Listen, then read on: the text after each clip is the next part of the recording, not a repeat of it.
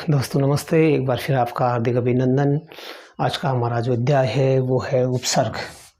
उपसर्ग के अगर शाब्दिक अर्थ की बात की जाए तो उपसर्ग दो शब्दों से मिलकर बना है, उप प्लस सर्ग। उप का मतलब होता है पहले, पूर्व में, और सर्ग का मतलब होता है जुड़ना।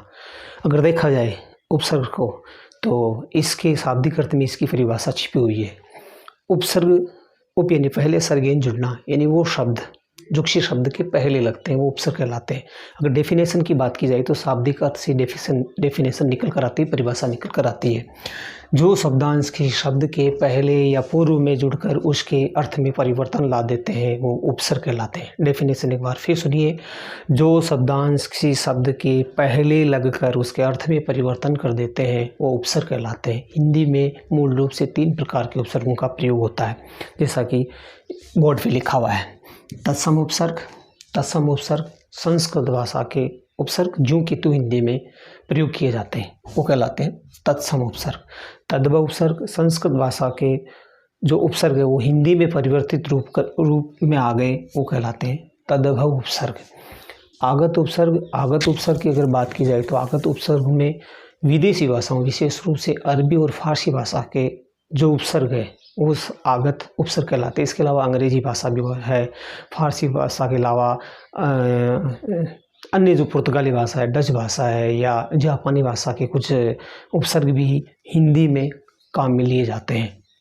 तो इनके हम अगर उदाहरणों की बात करें तो जैसे यहाँ उपसर्ग ले लिया या मूल शब्द ले लिया।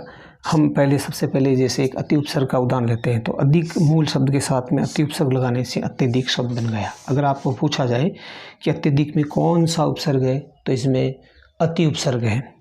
अत्यंत शब्द, अति के साथ, अति अंत शब्द के साथ, मूल शब्द अंत है, इसके साथ अति उपसर्ग लगा दिया तो ये बन गया अत्यंत। इसी तरह से अनुगामी शब्द के पहले हम अनु लगा दे तो अनुगामी बन जाता है।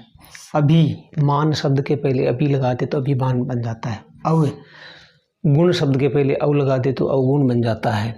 आ गत शब्द के पहले अगर आ लगा दे तो आगत बन जाता है। उपहार शब्द के पहले उप लगा दे तो उपहार बन जाता है। दुस्साहस शब्द के पहले दुस लगा दे तो दुस्साहस बन जाता है। दुर्जन शब्द के पहले दुर लगा दे तो दुर्जन शब्द बन जाता है। निडर शब्द के साथ नी लगा दे तो निडर बन जाता है। बल शब्द के साथ निर लगा दे तो निर्बल बन जाता है। इसका हम एक उदाहरण ले लें, जैसे निर्बल। तो नीर, देखिए ध्यान देने वाली बात ये है कि इसमें ये हलंत लगा हुआ है। बल यानी आधा ब है, आधा र है, ये ध्यान रखना। हलंत लगाने का मतलब ये है। तो निर्बल शब्द को आप जानते हैं कैसे लिखते हैं। ये ऊपर जो आधा र है ये देखिए यहाँ पर लगा हुआ है, हलंत लगा हुआ है, ठीक है। तो इस बात को आपको ध्यान रखना है।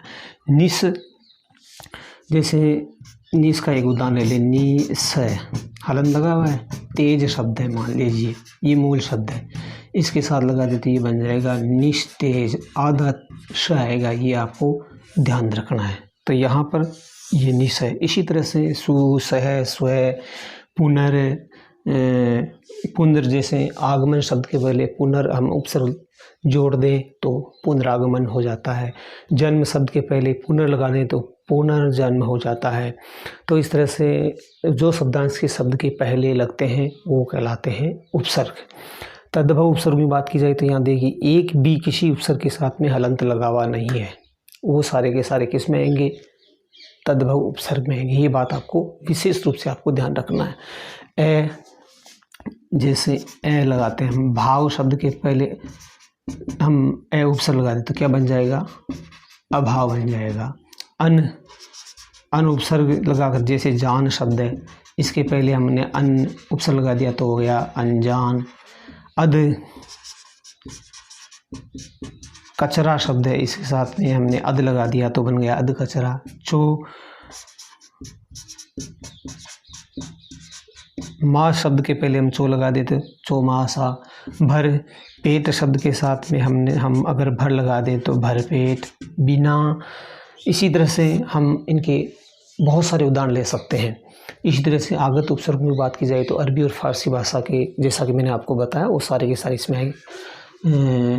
जैसे कम का लेते हैं हम, कम।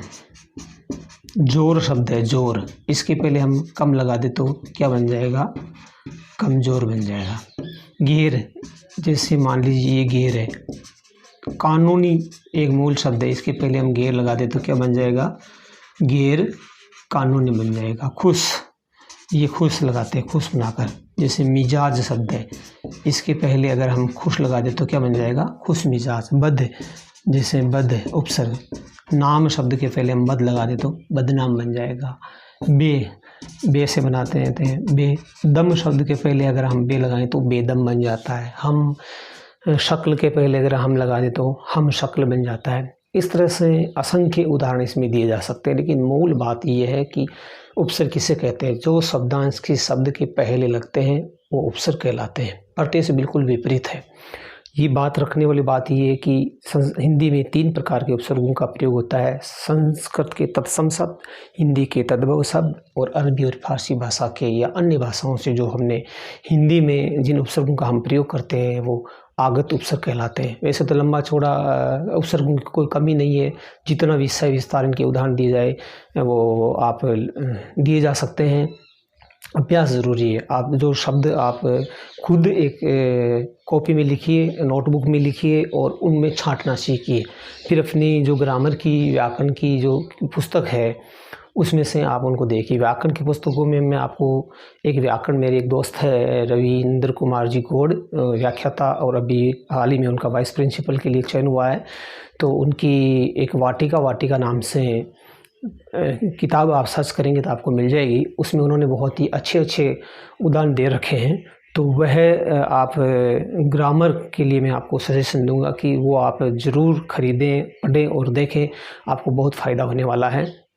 और अगला अपना जो टॉपिक होगा वह उपसर्ग से बिल्कुल विपरीत यानी प्रत्यय, वो टॉपिक हम लेंगे। मेरा वीडियो मैं बनाता रहूं, इसके लिए मेरा मनोबल बढ़ाएं, और मनोबल बढ़ाने के लिए आपका साथ ज़रूरी है। इसके लिए आप मुझे लाइक और सब्सक्राइब करें ताकि आपको फ़ायदा हो, और मेरी वीडियो को अन्य लोगों को भी बताएं, शेयर करें, अपने दोस्तों को भी बताएं। धन्यवाद, थैंक यू।